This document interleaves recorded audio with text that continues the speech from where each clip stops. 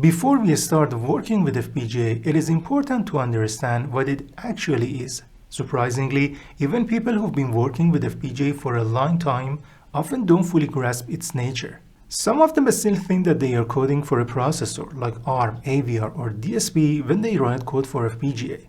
This is a common misunderstanding, and we are here to clear that up today. So it's crucial to address these misconceptions right from the start and try to eliminate them before we dive in deep. So what exactly is an FPGA? On the surface, it might look similar to other chips and circuits, but if we dig deeper, it's quite distinct. To gain a better understanding of FPGAs, let's consider an example. The entire concept of an FPGA can be explained through this example. Imagine we have a logic function called f, and our task is to implement it. Typically, there are two approaches to achieving this. The first approach involves direct implementation using logic gates. On the left side, you can see the truth table for this function that displays the outputs for various input combinations. For example, if the inputs are 0, 0, 0, the output is 0. On the right side, you can see the implementation of this three-valued function using logic gates. Now, if we use the input values highlighted in red, we expect to get the same output as in the truth table. It's easy to verify that if we input 1, 0, 1, the output will be 1. Now, let's explore the second approach, using memory blocks. This is where things get really exciting. Based on our knowledge of logic circuit, you know that logic function can be implemented using a memory block. To illustrate, let's stick with our ongoing example. Here we are aiming to implement the function defined by this truth table. Given that the function has a single bit output, we need a memory block with single bit cells.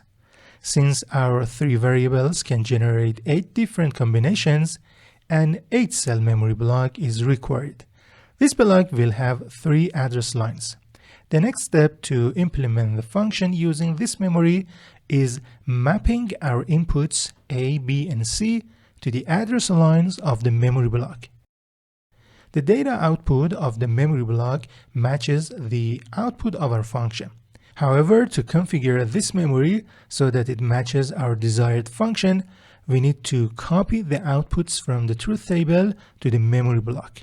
As you can see, we've copied the outputs into the memory cells in the same order. Now, if we provide the same input combination as before, specifically 101, cell number 5, marked with a gray background, is selected and its value becomes the output.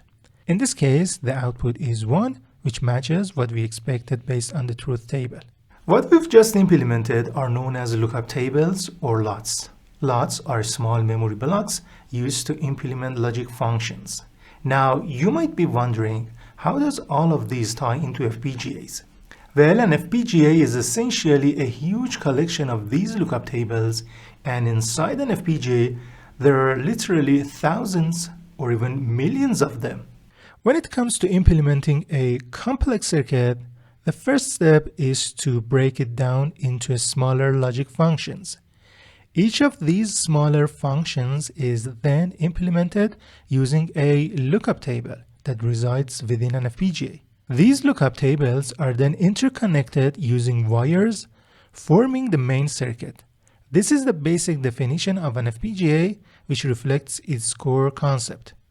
However, it is important to note that the structure of these lookup tables slightly varies within an FPGA. Let's take a closer look. In an FPGA, a lookup table is actually built using SRAM. The outputs of your function determined by the truth table are stored in the SRAM. And to access the lookup table, we use a bunch of multiplexers, which are controlled by the inputs of your function. Going back to the earlier example, let's say we label our inputs as A, B, and C. If we input 101 or 5, we anticipate that cell number 5 will be selected. To verify this, let's follow the path of the output through these multiplexers. At the output multiplexers, the control input or select line is set to 1. As a result, the second input is connected to the output.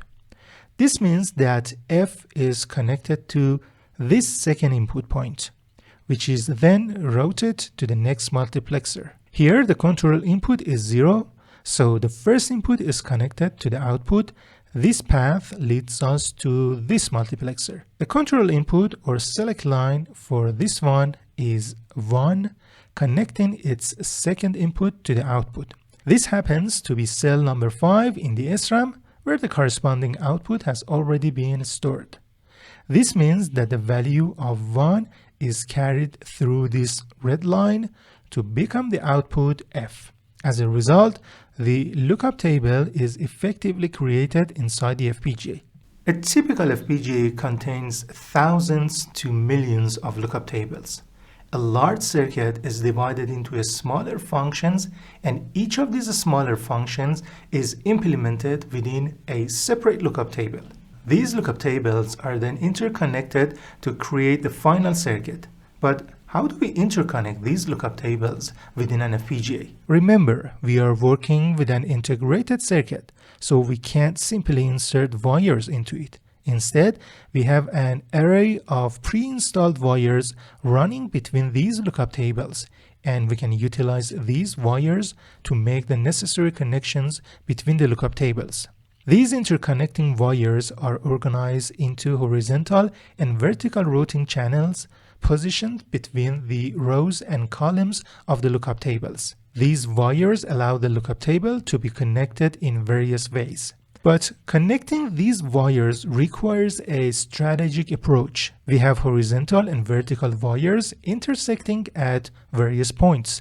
At these intersections, there are switch matrix networks that can be programmed digitally. We can connect each horizontal wire to a vertical one, and we can also establish connections to neighboring lookup tables. By doing this, we can create different paths and connect lookup tables as required by our circuit. This is how we can design different routes in an FPGA and interconnect each lookup table to another.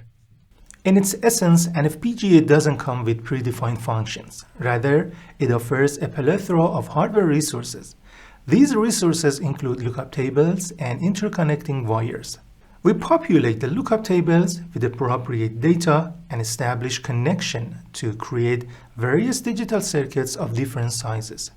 Lookup tables and interconnecting wires are the main hardware resources inside FPGAs.